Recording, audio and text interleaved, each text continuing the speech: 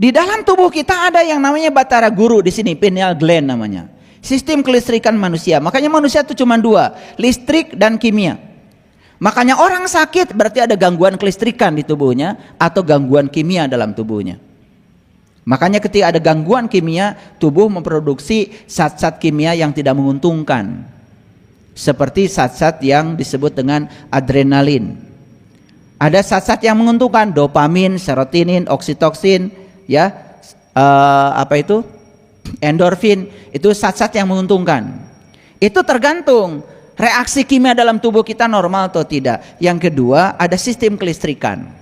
Nah, sistem kelistrikan dalam tubuh kita juga luar biasa. Bayangkan ya, satu sel itu punya kelistrikan 1,4 volt. Sekarang kalau 100 triliun sel kali 1,4 volt, berapa triliun volt dalam tubuh kita? Itu yang disebut dengan daya. Daya yang menyebabkan kita bisa berjalan, mengangkat air di gelas, mengangkat air di ember, bisa mengangkat air di gayung, mandi dengan nyaman. Kadang-kadang kita tidak syukur ya itu ya, bisa mandi di kamar mandi, ngambil air, itu aja kadang-kadang kita sudah lupa. Baik, kita lanjut. Jadi kodo apa? Data. Kodar? Fakta. Kenapa sekarang saya miskin? Fakta? Fakta. Lihat datanya. Oh, ternyata memang datanya kita ini di kehidupan yang dulu pernah kaya sih, tapi pelit. Oh, ternyata di kehidupan yang dulu pernah kaya, tapi tidak berbagi. Pernah kaya, tetapi merugikan orang. Maka dia jatuh miskin hari ini karena dia harus banyak bayar data karma. Sama tuh data dengan fakta. Itu yang disebut dengan nasib. Siapa kalau itu pencipta data? Kita aja, saya gitu. Apa susahnya sih? Saya harus ikutan terus. Saya nggak mau ikutan. Kita, saya gitu. Jadi siapa pencipta data? Saya, gitu tegas aja. Saya berani bertanggung jawab. Kita yang babarengan wae. Kalau banyak uang saya ikutan. Saya gitu. Hese nyebut saya teh. Ya? Siapa pencipta data? Bagaimana cara kita mencipta data? Lihat saya semuanya. Cara kita mencipta data itu begini. Ini ruang kehidupan nih, ruang kehidupan. Ini ruang kehidupan nih. Kita ambil nafas dari mana? Dari ruang kehidupan. Masuk napas ke sini. Begitu napas masuk ke sini, napas itu akan mengontrol semua yang terjadi di ruang tubuh kita. Terutama di ruang daya cipta di sini. Dan semua yang sudah dikontrol oleh napas dibawa keluar. Kan napas keluar sini. Set ke sini, disimpan datanya di sini. Napas masuk lagi. Set. Direkam, bawa lagi ke sini. Masuk lagi, direkam, bawa lagi ke sini. Terus begitu. Jadi setiap kali napas masuk, dia merekam data. Apakah ada kebencian di dalam? Terekam. Ada iri hati di dalam? Terekam. Kenapa? Orang melakukan kebaikan, bernafas. Orang melakukan keburukan, bernafas. Bukankah nafas itu sudah mengizinkan pilihan apapun yang mau kita lakukan? Tapi nafas merekam. Saya bicara nafas ya, bukan bicara oksigen. Karena banyak orang yang, mohon maaf ya, kadang-kadang dangkal sekali. Dia bilang nafas oksigen. Kalau nafas oksigen, semua orang bisa beli oksigen. Semua orang bisa beli ventilator. Berarti semua orang bisa tidak mati-mati. Kenyataannya kan mati juga. Betul. Berarti napas bukan oksigen. Oksigen itu hanya sarana saja, ya, sarana secara fisik untuk melancarkan proses bernafas. Tapi napas bukan oksigen. Ulangi lagi. Napas masuk dari ruang kehidupan, merekam, keluar. Masuk lagi merekam, keluar. masuk, tersimpan di sini. Tersimpan di otak semesta. Dan semua data, baik data yang baik maupun data yang buruk, akan dikembalikan kepada kita untuk kita pertanggungjawabkan. Kapan? Di kehidupan yang mana saja. Itu yang kemudian jadi data. Saya kira itu yang disebut dengan qada. Qadarnya adalah ketika data itu tidak ditreatment, jadilah qadar. Ketika ditreatment, tidak jadi qadar. Fakta bisa berbeda dengan data. Sampai sini ngerti dulu. Ya. Ini loncatan besar. Pemahaman loncatan besar. Dan sekali lagi, kalau berbeda dengan saya, sabar. Jangan menyalahkan saya, karena saya sudah bilang ini menurut saya. Dan saya bicara ini harus menunggu 30 tahun.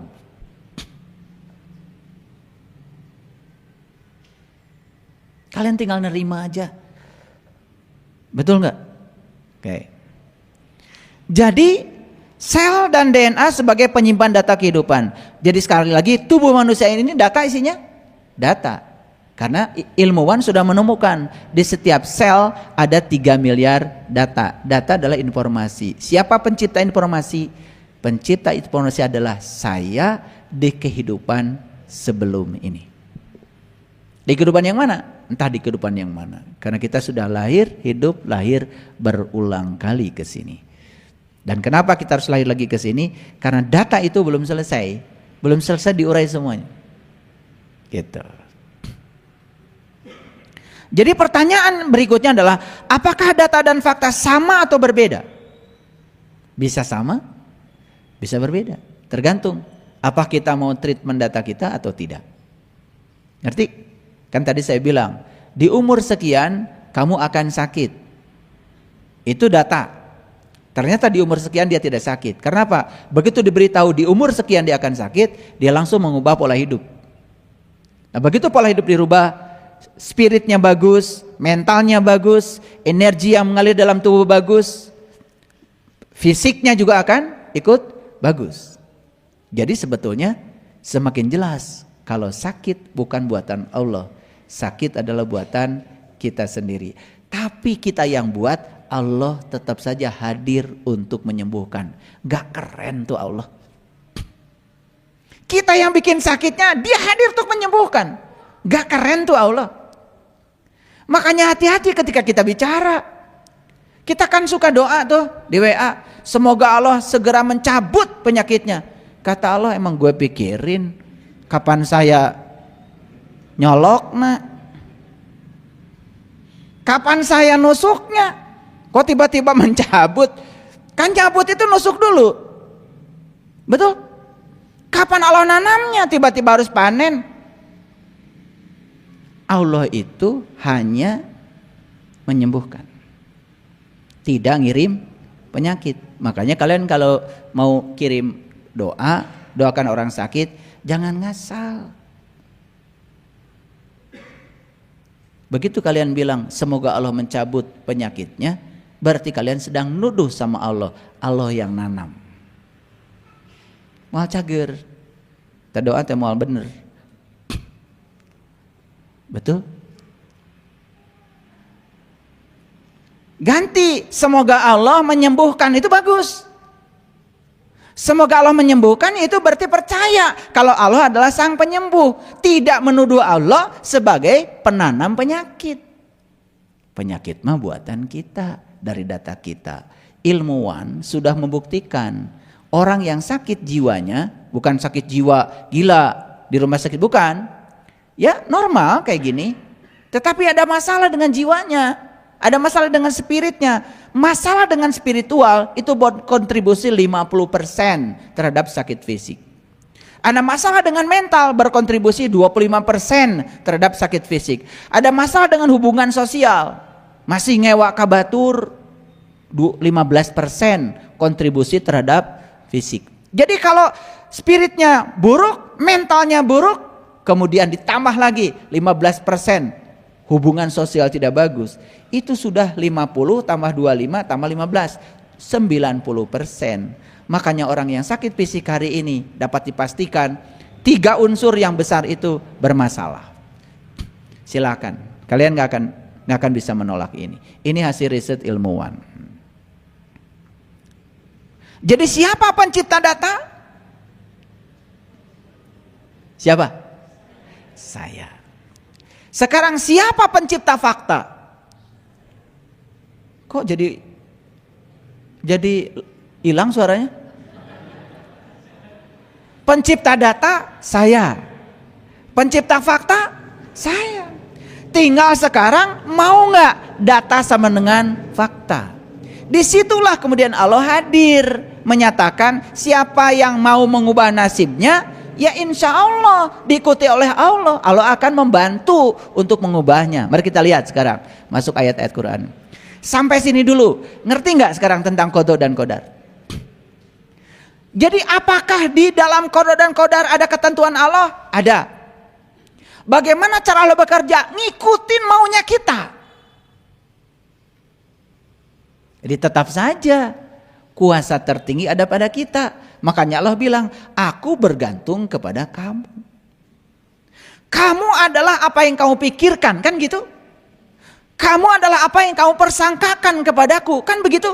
Makanya dalam hadis qudsi Allah mengatakan, aku bergantung sangkaan kamu. Karena dia adalah kehadiran, dia adalah keberadaan. Kehadirannya untuk mewujudkan semua sangkaanmu. Jadi siapa pencipta kehidupan itu? Saya, bukan Allah. Allah itu hanya Rob. Rob itu adalah kehadiran, Rob itu adalah keberadaan. Kehadirannya sudah cukup membuat semua terjadi. Kamu ingin baik hidupmu? Yes, kata Allah, aku katalisator. Kamu ingin buruk hidupmu? Yes, aku katalisator. Allah ngikutin kita aja. Tapi hebatnya Allah selalu mengingatkan kita supaya kita tambah baik. Itu hebatnya Allah. Disitulah kasih sayangnya Allah itu hadir. Oke? Nah, jadi ya, bagaimana peran Allah dalam proses penentuan kehidupan seseorang? Ngerti sekarang perannya? Peran Allah dalam menentukan kehidupan seseorang bukan menentukan si A miskin, si B kaya, bukan. Yang ingin miskin, sok. Yang ingin kaya, sok. Yang ingin sehat, sok. Yang ingin kaya, sok. Jadi semesta ini oleh Allah diciptakan berdasarkan hukum sebab akibat. Siapa yang menciptakan sebab baik, maka dia akan menerima akibat baik. Siapa yang menciptakan sebab buruk, maka dia akan menerima akibat buruk. Di situ Allah bekerja sebagai katalisator. Itulah yang disebut dengan Rob al-Alamin. Suka baca kan? Suka. Bacanya aja kalian keliru. Alhamdulillahi Rabbil Alamin. Hirob. Hirob itu perang. Makanya perang terus. Coba luruskan bacaan Al-Fatihahnya. Alhamdulillahi Rabbil Alamin. Alhamdulillahi segala puji milik Allah itu kalimat yang terpisah. Rabbil Alamin juga terpisah. Alhamdulillahi segala puji milik Allah. Rabbil Alamin, dia adalah keberadaan, dia adalah kehadiran di semesta ini, bukan pencipta. Coba baca Al-Fatihah yang dibetulkan.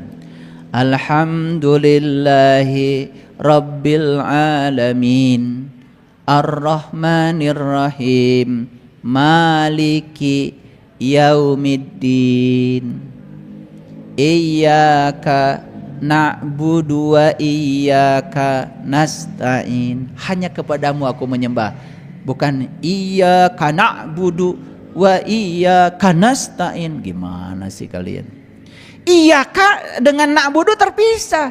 Iyyaka na'budu wa iyyaka nasta'in terpisah. Ini disatukan, iyyaka na'budu wa iyyaka nasta'in. Gimana? Dari sisi grammar aja itu tidak memenuhi syarat. Belum lagi siapa itu kana dan kanas. Di daftar setan tuh ada tuh si kana dan si kanas. Jadi kalian sholat manggil setan.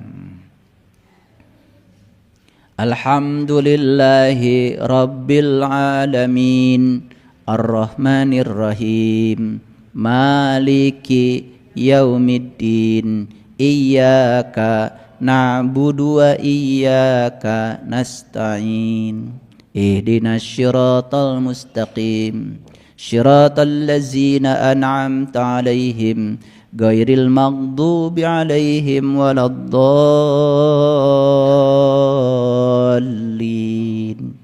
Amin. Nah, kalau baca Al-Fatihah gitu aminin. Alhamdulillahi Rabb, jangan diaminin, perang terus kamu.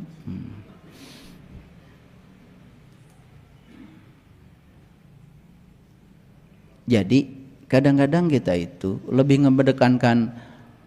mengedepankan lagunya, melengkingnya daripada energinya. Ya, ini yang suka jadi imam, betul kan tuh Al-Fatihah. Mengerti sekarang bagaimana peran Allah? Lihat saya semuanya. Kamu mau baik? Ya. Kamu mau buruk? Ya. Kamu mau sehat? Ya. Makanya diciptakan semesta ini berdasarkan hukum sebab akibat. Pagi-pagi, maaf, sudah makan cireng. Lem tuh, cilok. Beda namanya. Sarua, lem kene. Tamagehu, bala-bala, bubur, nasi goreng, ulen. Ya kamu ambeien. Setiap mau pup aja harus ngeden. Belum minum, belum apa, sudah makan itu. Kenapa sih pagi-pagi minum air hangat dulu? Makan buah. Mau makan yang kayak tadi-tadi boleh, sedikit. Tetapi landasan di dalam lambung udah bener. Stop 80%. Gitu. Kosongkan biar bisa nafas. Ada yang ngeluh sama saya, ayah saya olah napas pendek terus. Saya tanya, kamu gimana makannya? Ya makan setengah bola nasinya. Ya nanti perut setengah bola juga. Piring pindah ke beteng. Jadi kembali lagi pada orang Okinawa tadi. Jadi ternyata manusia masih boleh berikhtiar. Data mungkin mengatakan dia mungkin umurnya pendek. Data. Tapi fakta masih bisa ditreatment. Karena Allah bilang, kalau kamu mau mengubah nasib ya bisa. Berarti kita boleh kan mengubah data. Dan untuk mengubah data harus ada treatment. Supaya kodok yang sudah ada, itu dirubah. Kodarnya tidak seperti kodok. Itulah kodok dan kodar. Kenapa dua kata ini berbeda? Kalian kan udah hafal banget dari dulu. Rukun iman ada 6. 10 agamamu nilainya. Betul nggak? 1 iman ke Allah, 2 iman ke malaikat Allah, 3 iman apa? Kitabnya Allah, 4 iman sama Rasulnya Allah, 5 iman sama hari kiamat. Kiamat apa? Poe akhir. Kiamat poe akhir. Kiamat itu hari kebangkitan. Nah, kodok dan kodar. Ya mak, percaya sama semua ketentuan Allah, taswe percantan ke Allah. Nah eta imah keun tuh da abdi mah kodok sareng kodar ti Allah. Gitu Allah. Oke, mulai sekarang rubah ya. Oke. Baik, lanjut dulu. Sebelum saya lanjut saya simpulkan dulu. Jadi kodok apa? Data. Kodar fakta. Jadi data dan fakta bisa berbeda. Data dan fakta bisa sama. Ya kan? Dari mana data? Semua dari kehidupan kita yang telah. Ya kan? Fakta yang belum. Masih bisa diubah. Yuk, kita sekarang baca ayat ini. Maaf ya kalau terjemahnya agak berbeda. Saya ingin bacakan bahasa Arabnya ya supaya semua ngerti. A'udzubillahi minasyaitonirrajim. Bismillahirrahmanirrahim. Lahu muaqibatun min baini yadai wa min khalfihi yahfadunahu min amrillah. Muaqibatun, maaf ya. Saya baca semua terjemahan yang ada, menerjemahkan muaqibatun itu apa? Malaikat. Saya bingung. Saya bingung. Cuman kalau kalian kan nggak bingung kan? Semua menerjemahkan muaqibatun itu malaikat. Jadi terjemahan yang ada kebanyakan begini. Bagi manusia ada malaikat-malaikat yang selalu mengikutinya bergiliran. Nah karena ada bergiliran, maka cocok kayaknya kalau muaqibatun diganti dengan malaikat. Karena yang bergiliran katanya malaikat. Kan gitu? Padahal bahasa Arabnya nggak ada malaikat di sini. Lahu muaqibatun, bagi manusia ada akibat.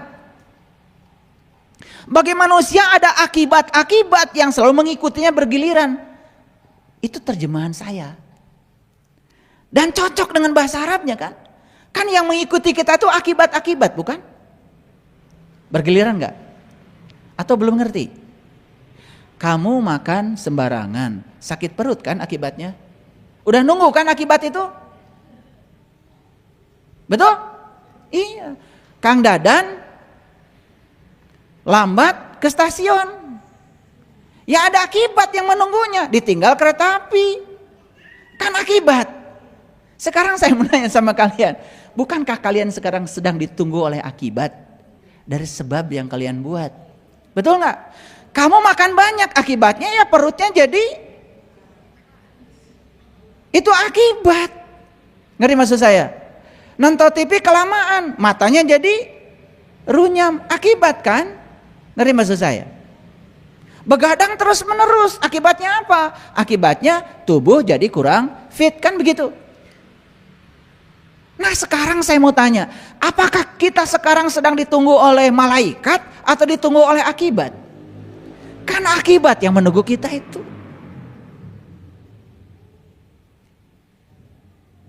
Nanti ada bab khusus malaikat. Kalau saya bahas ini nggak cukup. Nanti kuliah malaikat perlu 10 SKS. Ini dulu. Lahu muaqibatun min baini yadai ya min khalfihi ya yahfadunahu. Masuk akal nggak? Kalau saya terjemahkan apa adanya. Masuk akal nggak? Yuk kita baca lagi. Bagi manusia ada akibat-akibat yang selalu mengikutinya bergiliran. Kerjanya bagus, tekun. Akibatnya apa? Duitnya banyak. Kan itu yang sedang menunggu kita. Kerjanya malas, berhalusinasi terus, diajak bisnis, mental blocking, selalu mencari alasan untuk tidak ikut. Ya akibatnya miskin. Itu yang akan mengikuti kita. Jadi sebetulnya kita ini sekarang sedang ditunggu oleh semua akibat dari sebab yang kita ciptakan.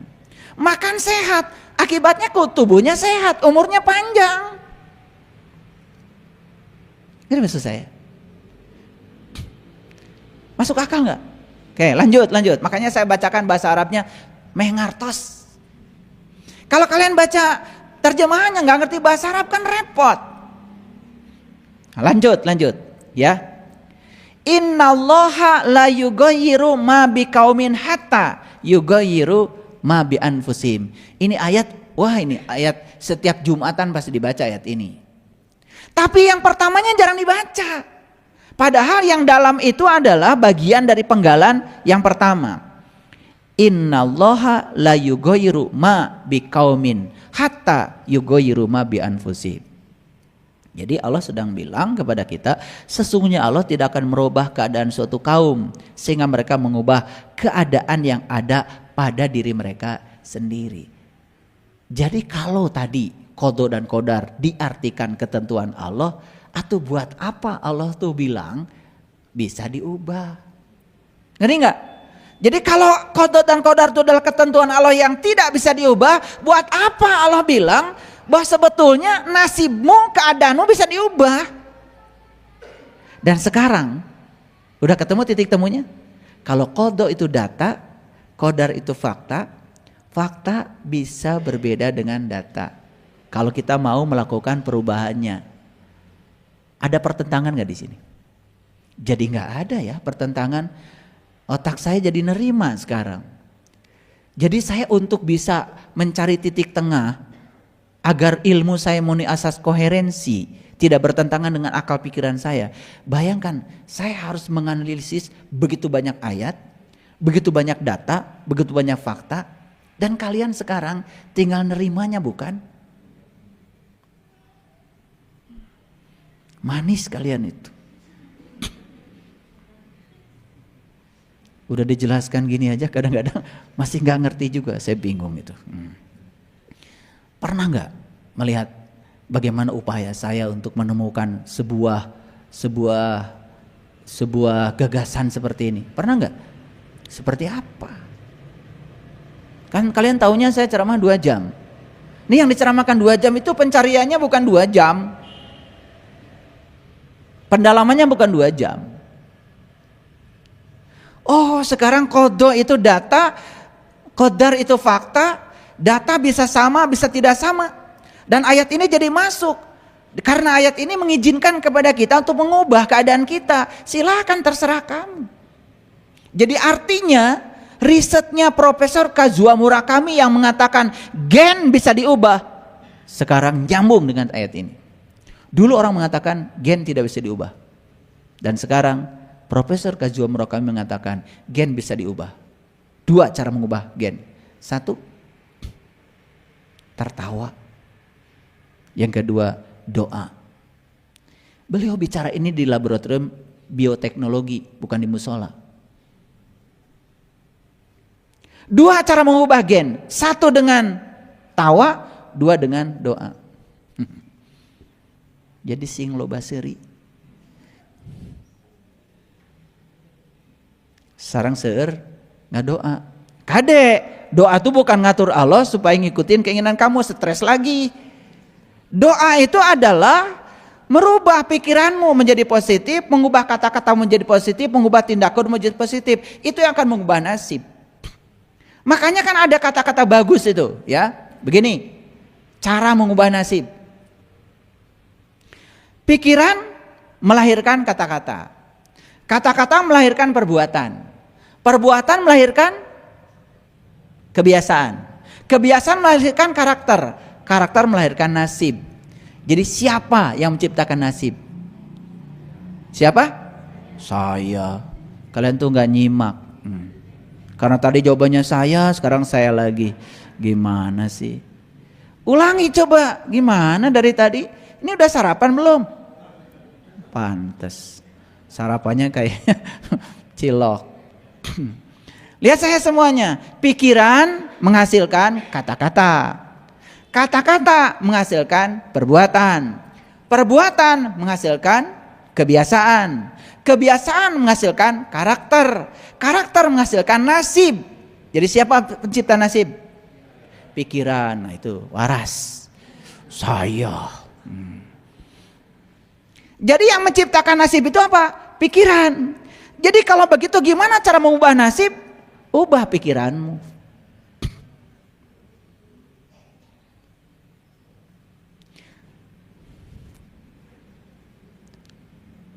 Kamu sakit, pikiranmu mengatakan saya tidak akan sehat. Da cek dokter oge saya mau sehat deh. Ya mau sehat. Karena pikiranmu tentang sakit ya seperti itu. Tapi begitu dirubah pikirannya, ya saya pasti sehat. Saya akan mengubah cara pandang saya. Karena sakit adalah pesan cinta dari semesta buat saya. Karena saya harus mengubah cara hidup saya. Sakit itu tuh alarm supaya saya berubah cara hidupnya. Rubah cara hidupnya, sehat. Ngerti maksud saya? Di mana merubahnya? Di sini. Makanya begitu mau mengubah nasib, langsung bikin toko, bikin ini. Ntar dulu. Mengubah nasib, mengubah pikiranmu dulu. Buat apa bikin toko? Buat apa? Cari uang? Salah lagi. Kalau bikin toko mau cari yang punya uang baru bener. Saya mau bikin toko. Buat apa? Saya mau dagang beras. Tujuannya apa? Saya melayani orang-orang yang kesulitan beras di kampung ini. Disediakan beras yang enak, murah, bersih, gitu. Karena saya ingin menjadi kepanjangan tangan Allah, menyampaikan cinta kasih Allah pada orang-orang yang butuh pertolongan. Saya nyari untung gak usah besar-besar. Itu namanya bikin toko cari Allah. Cari yang punya uang. Kalau bikin toko cari uang, sudah. Bikin toko, udah berasnya jelek, harganya mahal. Ngerti maksud saya? Nyari untungnya jor-joran, gak ngerti perasaan orang. Ya karena memang yang dipikiran kamu adalah uang. Itu pikiranmu tentang uang rubah. Saya gak mau nyari uang, saya cari yang punya uang. Saya ngajar di kampus. Saya ditanya mahasiswa, kenapa Bapak jadi dosen? Saya nggak mau terjebak oleh pertanyaan mahasiswa. Saya jadi dosen karena saya percaya. Saya direncanakan Allah jadi dosen. Bahkan saya direncanakan Allah jadi dosen fisika. Untuk menyampaikan cinta dan kasih sayang Allah pada orang-orang yang ingin paham fisika, ingin paham energi dan materi. Dan saya ingin menjadi pelayan Allah untuk menyampaikan cinta kasihnya Allah. Saya beberkan semua rahasia semesta. Dan mahasiswa senang. Apakah saya dapat gaji setiap tanggal 1? Dapat. Jadi bagi saya gaji bukan tujuan saya. Gaji itu adalah hadiah dari semesta karena pelayanan saya. Coba ubah begitu. Di sini semuanya. Jadi sebetulnya apa yang kita kerjakan dalam keseharian kita tergantung kualitas ini. Maka mengubah nasib adalah mengubah pikiran. Jadi Allah mengizinkan pada kita, aku akan mengikuti apa yang menjadi tindakanmu. Maka Allah bilang, sesungguhnya Allah tidak akan merubah keadaan suatu kaum kalau dia tidak mengubahnya. Dari mana mengubahnya? Dari dirimu sendiri. Dari mana mulainya? Dari pikiranmu. Paham?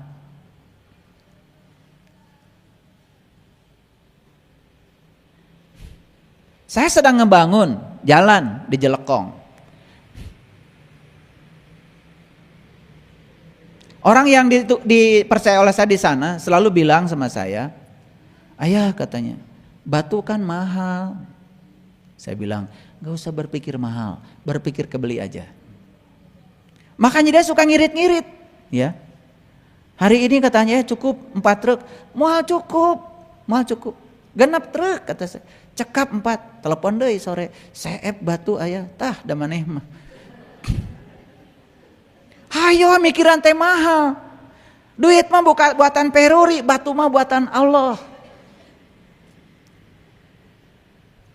Sama ya, uang tuh buatan peruri, beras buatan Allah.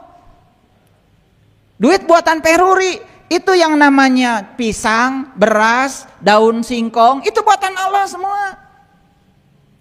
Sebetulnya uang yang kita belikan untuk menukar itu nggak sebanding.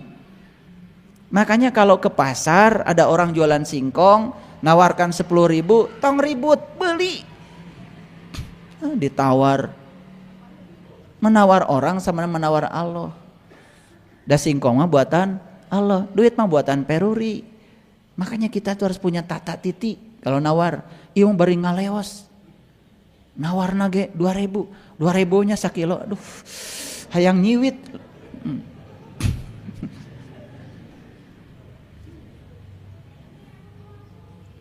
Saya kalau lihat ibu-ibu di pasar gitu, terus saya juga lagi di situ, duh, hayang nyiwit. Namun inung orang diciwit. Teung-teungan temung nawar teu beri ngaleos. Teu apal sambetnya buatan Allah. Kangkung buatan Allah, genyer buatan Allah, saladah buatan Allah. Nu bisa nyen saladah, nu bisa nyen duit banyak, duit palsu gak bisa. Cing mikir atuh, hartos, mau ibu-ibu lah. Maaf ya, saya balik ke sebelah sini.